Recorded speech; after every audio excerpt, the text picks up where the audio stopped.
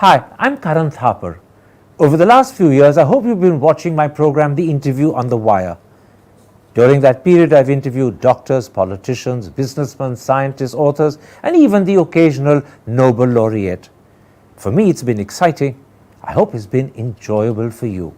But these, as you know, are tough times, and if this program is going to remain bold, independent, and sometimes even defiant, then I think we need your support.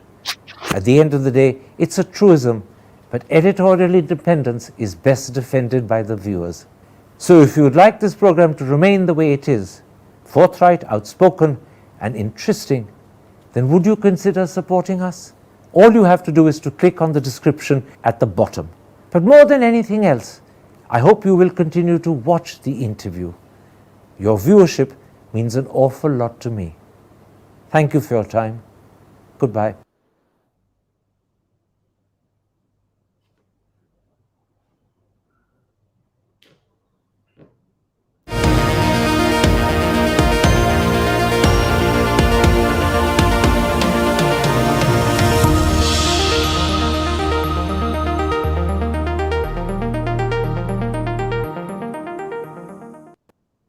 Hello and welcome to a special interview for The Wire.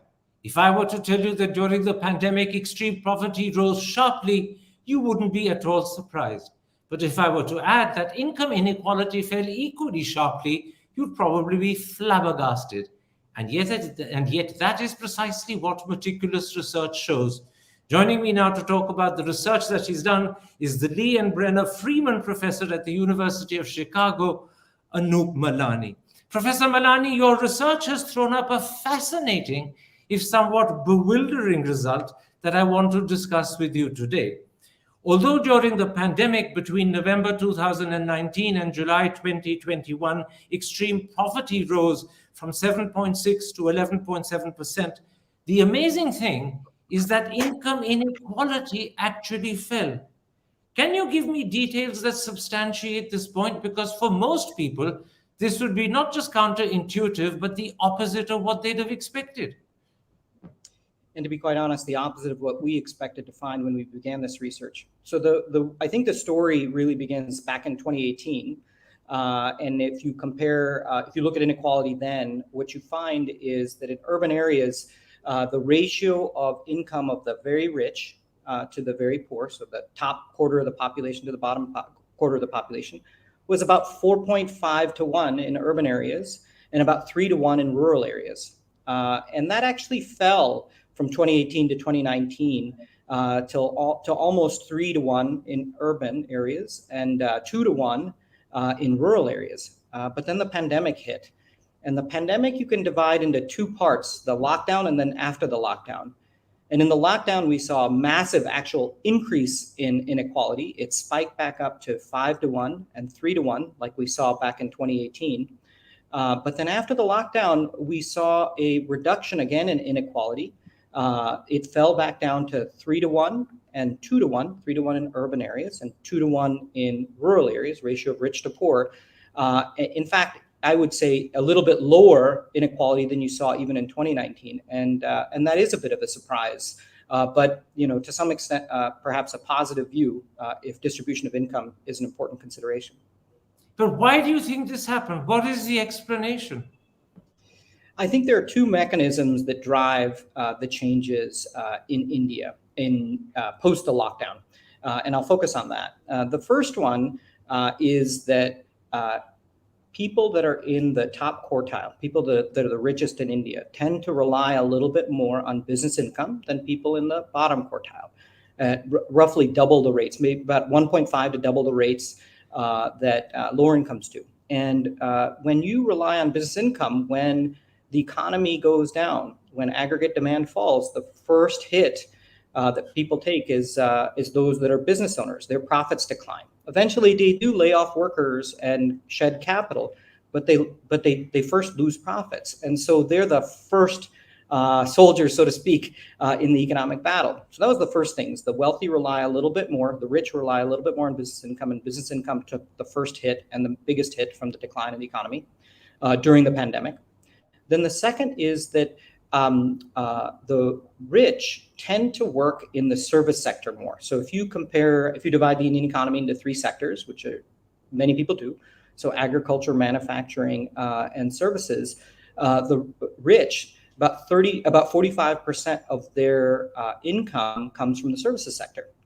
Now, it's not going to surprise you or your viewers that during the pandemic, consumption fell, but consumption of services fell the most for obvious reasons. We were in a pandemic. The type of consumption that was most likely to lead to infection was engaging in services consumption, going to meet other people and purchasing from them. And so services demand fell. And because the rich were more exposed, more of their labor income came from services, they were hit the hardest. And those are the two reasons: business income and services wage income.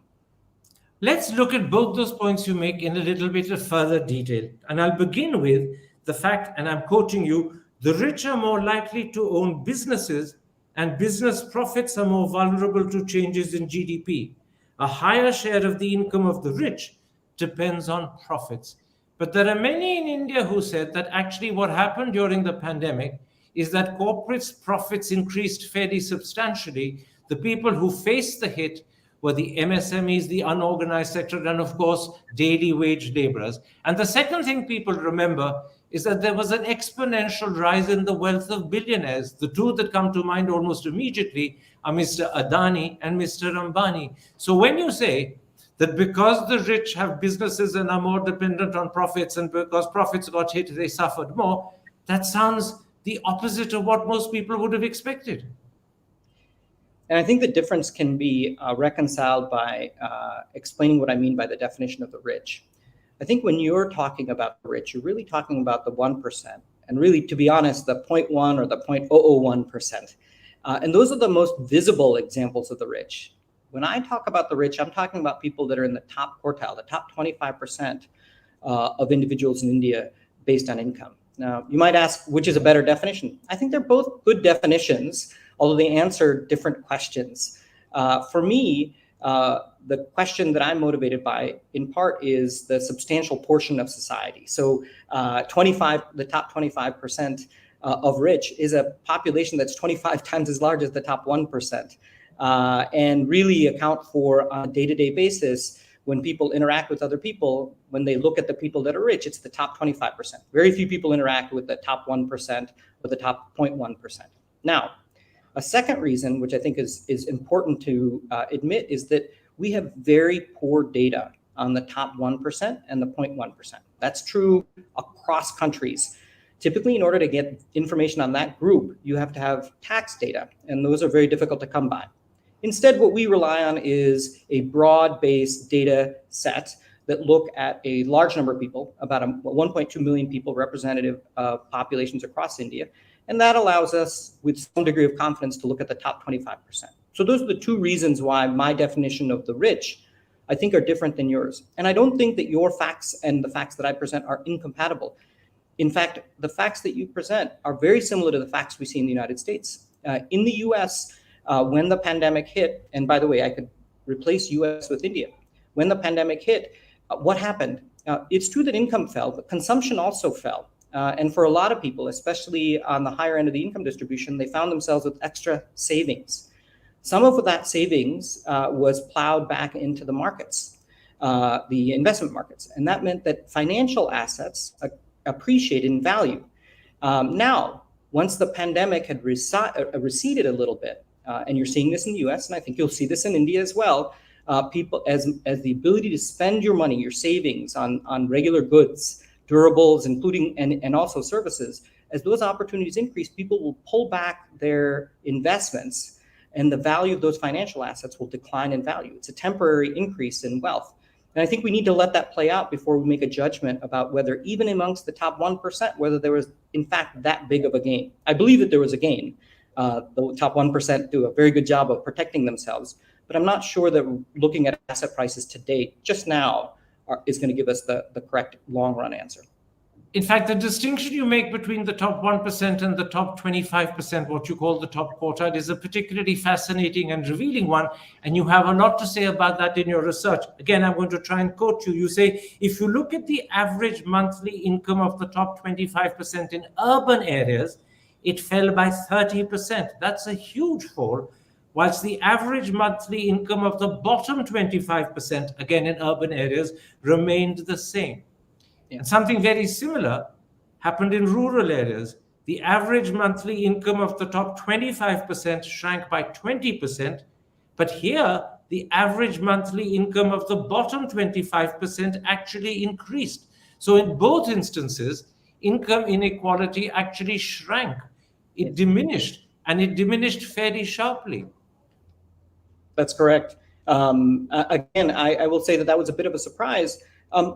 And I think in order to understand that, you have to go back to those two mechanisms. So business income is something we've talked about, but the other thing to think about is the demand for services fell. And again, the rich were more likely to get labor income from services than the poor were. And you see that in both sections, both urban and rural sectors, I would say. I will say that the rural areas suffered a little bit less. And I think part of the reason why you see inequality decline in both places, but both the rich and the poor do a little bit better in rural areas is because there's more agriculture. And agriculture was one stable, relatively stable sector, again, relatively stable throughout the pandemic. In fact, the point you're making about the impact of the services sector on inequality hinges critically on the fact that more of the rich, more of the top 25% are employed in services than the bottom 25%. You say, and I'm quoting you again, demand for services fell more than demand for other sectors. And because only 30% of workers in the bottom 25% work in the services sector, whilst 45% of workers in the top 25% work in the services sector, this affected the top 25% a lot more than the bottom 25%.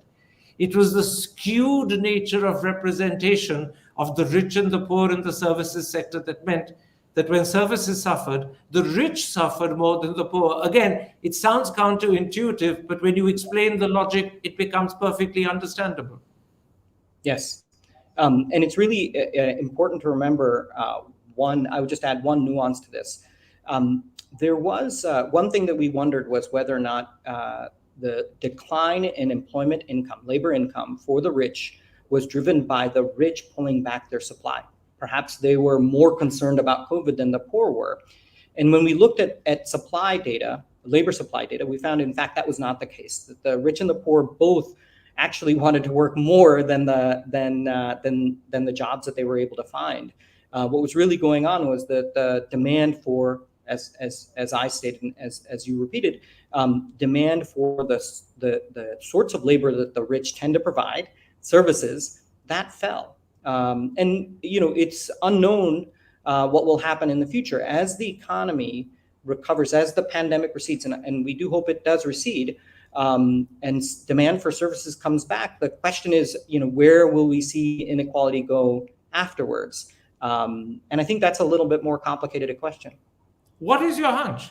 As demand for services come back, will it in fact increase the levels of inequality because more of the rich work in services and therefore more of them will get their jobs back and therefore they will get greater incomes and the differential will increase? Is that your hunch? So let me tell you two stories and tell you which of the two stories is correct. So the first story is that even before the pandemic hit in early 2020, if we look at the period from 2018 to 2019, we saw a reduction in inequality. The incomes of the poor rose and the incomes of the rich had fallen. And there's a bit of a puzzle as to why that is. It could be the shadow banking sector did perform poorly and the rich were more exposed to that, and that might explain it, but that's just a conjecture. Now, the first story says, look, whatever happened before the pandemic, once the pandemic is over, those same dynamics will resume. And so you'll see that the inequality gains that we've seen, they will persist, meaning the reductions in inequality, those reductions will persist, but they'll persist for the same reasons that inequality had declined in 2019. That's story one. Story two is That's not going to happen. We don't know if those conditions have prevailed, and it's been quite some time. And the rich will have found other avenues in which to put their investments that will guarantee returns or provide returns that are better than the returns that you saw in 2019. 2019 was anomalous. In that world, what will happen is that there will be inequality gains from the pandemic, but then once the pandemic recedes, you will see inequality rise back, for example, in urban areas to a 5-to-1 ratio between the top 25% and the bottom 25%. And that'll persist. And then we'll have to see what happens in the long run. Okay, those are the two stories. I am inclined to believe the second story. And the reason is because I don't have a reason to think that the exact financial dynamics that drove the decline in 2019 will repeat themselves. That is to say, I have no evidence of that. And again, time has passed. So that's where I stand. But there are two potential views, one positive, one negative. I tend to think that the negative one is probably going to win, but we will see. Fascinating. In other words, theoretically, it would go either way. But let's come back to the essential point we're talking about, because you have two fascinating conclusions from your research that I want to put to you. The first is, you say, richer households saw larger drops in income all along the income scale, in rural and urban areas, within each state, and even within caste groups. In other words, there was no level of the rich, whether urban or rural or whether in different castes, that escaped the loss of income that happened during the pandemic. What's your explanation for this? Well, before I give you an explanation, let me tell you that's really remarkable. The fact that if you compare the 5th percentile to the first percentile, so we're already talking about the very poor, the 5th did worse than the 1st. If you compare the 90th percentile to the 70th percentile, the 90th did worse than the 75th percentile. That is a remarkable result and something that's quite notable. It suggests that that this was a remarkably, and not in the best of ways, a progressive change that we saw all along the income scale. Now, why did it occur? I think part of the reason has got to be that business income. As you move up the income scale, as you go from poor to richer, regardless of where in the income scale you're looking at, you're more likely to see business ownership as you move up. And so that underlines for me the importance of the decline in business profits as a driver of the decline in inequality that we saw. That is something that I think would explain why it is that we saw relatively even changes all the way up the income scale. Now, will this be repeated? I'm not so sure, but to me it was quite remarkable. And in case people are skeptical, what's interesting about this is that you see this not just in the income data, but you see it in the consumption data. The consumption declines, again, consumption declines were less than the income declines, and that's a good thing. But consumption expenditures also changed in a way that was progressive all along the income scale in India. So both very remarkable, very consistent views suggesting it's correct. But I think the business income probably explains that result. Now, your second conclusion is an attempt to quantify the extent to which inequality diminished. You write, and again, I'm quoting you, the result is that inequality measured as a percentage change in the income of the top quartile minus the income in the bottom quartile fell by 15-20 percentage points. For non-economists like me, how significant is a fall of 15-20 percentage points? I think it's actually helpful to think about this in ratios because it'll help. Imagine if you're in the bottom quartile, you're one of the poor, live in the population of poor Indians. Then the ratio of the rich to the poor, say in 2018, was 5-to-1 in urban areas. That means the top quartile was earning 5 times as much per capita as the bottom quartile. And in rural areas, that number is closer to 3-to-1. There's a little bit less inequality in rural areas than there is in urban areas, which I don't think will surprise people. But by the time you reach the end, post-lockdown, current period during the pandemic, those ratios have declined from 5-to-1 down to 3-to-1 in urban areas. So the rich are only making 3 times as much as poor. And then in rural areas, it fell to 2-to-1. So the top 25% were making only twice as much as the bottom 25%. Now, that's still inequality, but it's meaningfully lower inequality. And I think that's the most helpful or most intuitive way for people to think about it. The other amazing thing is a comment that you make almost as a sort of historical aside. You say, this remarkable finding is not unprecedented. Historians observed the same dynamic during the plague in 14th century Europe. So does this tend to happen almost like a pattern every time the world goes through a pandemic? Yeah, so that is a view attributed to Walter Schweidel, and the basic point of that is that every time that there's a mass calamity, by calamity I typically mean, for example, in pandemics, a massive loss in life. What you see is the following. You see a decline in the number of people and thus the number of workers.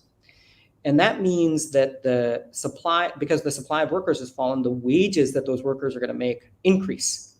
And because the poor, relative to the rich, tend to rely more on labor income relative to capital income, that tends to increase the relative income of the poor relative to the rich. So that's an old dynamic that has played out repeatedly. And it's very consistent with what one might call Thomas Malthus's view of the world. When there is a massive dieback, a massive decline in the number of people, in the short run, per capita incomes rise. Schweidel's gloss on that is that it's particularly per capita income amongst the poor. But the pessimistic view coming from Thomas Malthus is that then the poor have more children with that extra income. They use that to increase the size of their families. And then within a few generations, that population's increased, wages have fallen, and they're back to the same level of poverty as before, although with larger populations. And so that's important to keep that in mind, that there is a dynamic that's a very short run gain that you see in pandemics. Here in India, this is dramatically different. In fact, we have not seen, and this is a very important thing, while there's been massive loss of life during COVID, perhaps as many as 5 million deaths, India is a population of 1.4 billion people. And so the amount of loss of life is not substantial enough to cause an increase in wages due to the decline in the supply of labor. Most of the declines that we've seen, or changes in income that we've seen and that we've talked about so far are driven by declines in the demand for labor because people have reduced their spending. And so while it has been true in the past that pandemics have raised per capita incomes, especially for the poor, the mechanism was different back then because the loss of life was much greater back then relative to COVID. Now, although it's not connected to inequality of income, your research provides another startling finding, and this time it's to do with mortality. Again, I'm going to quote you. You say, during the pandemic, excess deaths rose most among the rich. It is likely that the rich were affected more than the poor because the rich tend to live longer, thus be older than the poor, and COVID struck down the elderly at an exponentially higher rates. To me, a layman, this sounds very much like the COVID price of wealth. Yeah, and that's not a bad way to put it, I think. I think it was also counterintuitive. If you remember at the beginning of the pandemic, I was involved, you might not remember that, but you'll remember the study. So there was a serosurvey that was done in Mumbai I was involved in that found a very startling result, which is that the seroprevalence rate by July 2020, okay, so very early in the pandemic, the seroprevalence rate was 55% in slums of Mumbai, but only 15% in the non-slums. And so the big concern was that, in fact, the poor were hit much more than the rich were by the pandemic. Now, that reversed a little bit. Anecdotal accounts during the second wave, the Delta wave, the following year suggests that, in fact, a lot of the infections were coming from people that lived in apartments rather than slums. But when we went back and looked at the excess death data, so we're just looking at all-cause mortality in India during the pandemic, we found something quite startling. The startling feature was the following. Before the pandemic, the mortality rate was much higher amongst the poor than the rich, as one might expect. But during the pandemic, even in the first wave and the second wave, the mortality rate was much higher. The excess mortality rate, the extra, was much higher amongst the rich, such that at the end, if you look past, say, to the end of 2021, the overall mortality rate across income groups was roughly even, which is really different than what it historically has been in India. And so COVID has really hit the rich more. And again, I point out that that's also true during the first wave, despite the results that we found in slums. And the way to reconcile that is the following. While even in wave one, the infections might have been higher amongst the poor, the mortality rate from infection was likely very high, or was much higher amongst the rich. And for the reasons that you just mentioned, the rich tend to be older, they tend to live a little bit longer, and this was a disease that hit higher age populations much greater, exponentially so. And so what is likely the case is that the rich had fewer infections, but they were older, and so they died at a much higher rate, which explains the overall mortality rate results that we saw. What a fascinating, if paradoxical, conclusion. If you're rich enough to live well and therefore live longer, you're more likely to die because you'll be older. It really is, as I said it half jocularly earlier, the COVID price of wealth. Indeed. And it's something that this is not a new idea.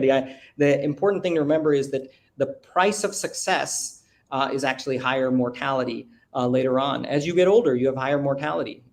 Doesn't mean that you shouldn't live to get older. It just means that at some point, the Grim Reaper is going to come, but hopefully it's a little bit later. Absolutely. At some point, age will catch up with you. Finally, you say, to protect their incomes, households facing job losses looked for work in other sectors, often agriculture. And I imagine this is how perhaps 100 million, perhaps 125 million wage laborers who literally walked on their feet for hundreds, if not thousands of miles back to their villages survived. They went back to their small little farms, worked with the rest of their family on their little plots of land, and earned a meager income to survive. But was this productive employment, or was it in fact disguised unemployment? So I tend to take a little bit more positive view on this, but before dive in, let me tell you that there are two explanations for why we saw an increase in employment in agriculture in India. One theory, which is the theory that you explained, is migration, which is individuals in cities seeing the pandemic hit harder in cities, tried as much as they could to go to rural areas and seek employment. I'm going to get back to that. I don't think that's the full story or the most important part of the story. A second story is that people in rural areas, again, saw the economy decline. And if they were working in services or manufacturing, they moved over to agriculture, which saw steady demand for two reasons. The first reason is, if you look at the sectors that were exempt from lockdown, one of them was agriculture, for obvious reasons. It was an essential service. The other reason I think we saw the change is that there's something in economics called Engels' law. Engels' law is an old regularity that we've seen, which is that when people's incomes fall, they spend a higher share of their income on food. And this is commonsensical. As you have less income, you prioritize the things that you need, and you need food. What that meant was that as incomes fell in India, the area of the economy that suffered the least was food, was agriculture. Okay. So in rural areas, what happened was people, even already living there, switched out of manufacturing and services where demand had fallen into agriculture. Okay, so now there are two sources of labor that goes into this. Here's the reason why I think that migration is not the critical portion of the story. I remember, just like you do, the shocking pictures of people walking from cities to their villages and the new trains set up just to take them back. And there was a big worry early on in the pandemic around the lockdown, especially when the lockdown was released in May, June 2020, that there's this mass migration to rural areas. Was this perhaps the death of the Indian city? Would these people ever come back? And as it turned out, a few months later, they came right back.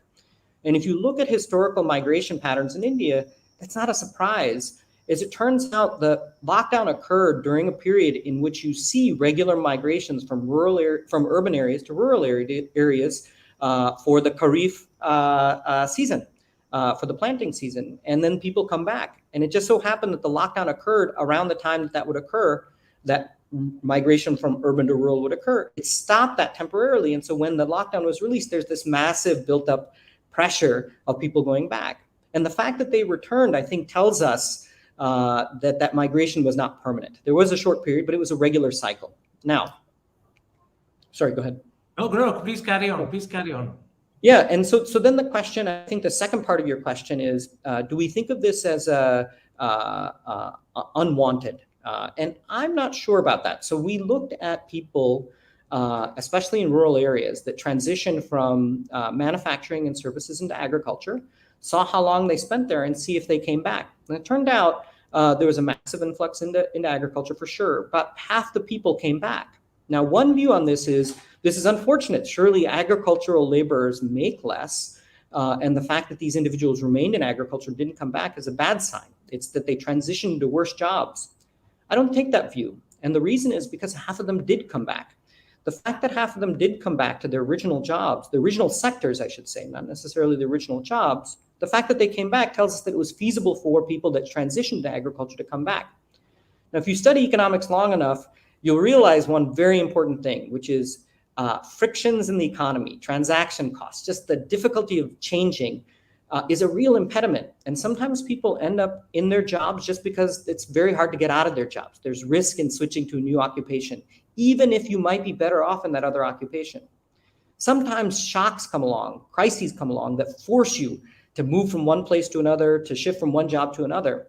And that gives you an opportunity to see what's going on in that other job. And if it's better, you stay. And if it's worse, then maybe you come back to your original position. So my view on this is the fact that half the people that switched to agriculture remained in agriculture might tell us that they were better off in agriculture than they were in their old jobs. I wouldn't be so quick to dismiss that move as a bad move. Now, I do believe in the long run, India needs to transition, as most economies that go from a lower middle income transition to a middle income and then higher income economy, they transition away from agriculture to manufacturing or services. And I think India has to make that transition too. But I don't think that we should necessarily force that in the very short run. This could have been a reorientation or a shuffling of people across occupations that in the short run is beneficial. But in a nutshell, what you're saying to me is that you disagree with the view that is prevalent amongst labor economists like Radhika Kapoor, that the migration to agriculture was distress employment, it was disguised unemployment. You're saying, in fact, it's not. It was very often productive employment, and it was productive because, in fact, agriculture was booming and there was need for more people at that time. So you disagree with the perceived wisdom of those who've argued this was distress employment or disguised unemployment. Yeah, I would say that is not my, that is to say, I would disagree with the view that you expressed of the conventional wisdom. First of all, is I tend to think of agriculture as not this disguised unemployment. It's a buffer. It was a protection. The fact that you could go into another field, even if it earned a little bit less income, that's better than being unemployed. So to me, that's a safety net. And the second thing is, as I said, because some people stayed, it suggests to me that there might have been, for some populations, a benefit to being able to try out agriculture, might have been a better job for them. I think it's too quick to dismiss agriculture as a bad occupation or an unproductive occupation for large swaths of people. That said, look, we're still learning about what's happening in the Indian economy. What we want to see is how this all shakes out. This gets back to our discussion about inequality. Will it return post the pandemic when regular cycles return, or something fundamentally changed? This wouldn't be the first time a shock to an economy has actually improved an economy by causing a different and perhaps better allocation of resources. And in this case, perhaps even labor resources. That is a fascinating conclusion. This wouldn't be the first time that a shock to the economy has produced a better outcome for the economy as a whole. And in particular, people will be very surprised, but no doubt also very happy to learn that income inequality, particularly for the top 25%, the ratio shrank from 5-1 to 3-1, and that is a very substantial shrinkage. And at the lower end, it shrank from 3-1 to 2-1. Those are results that no one had realized had happened. I thank you for opening our eyes to this fundamental outcome of the pandemic. Take care, stay safe. Thank you. Thank you for having me. Hi, I'm Karan Thapar. Over the last few years, I hope you've been watching my program, The Interview on the Wire. During that period, I've interviewed doctors, politicians, businessmen, scientists, authors, and even the occasional Nobel laureate. For me, it's been exciting. I hope it's been enjoyable for you. But these, as you know, are tough times, And if this program is going to remain bold, independent, and sometimes even defiant, then I think we need your support. At the end of the day, it's a truism, but editorial independence is best defended by the viewers. So if you would like this program to remain the way it is, forthright, outspoken, and interesting, then would you consider supporting us? All you have to do is to click on the description at the bottom. But more than anything else, I hope you will continue to watch the interview. Your viewership means an awful lot to me. Thank you for your time. Goodbye.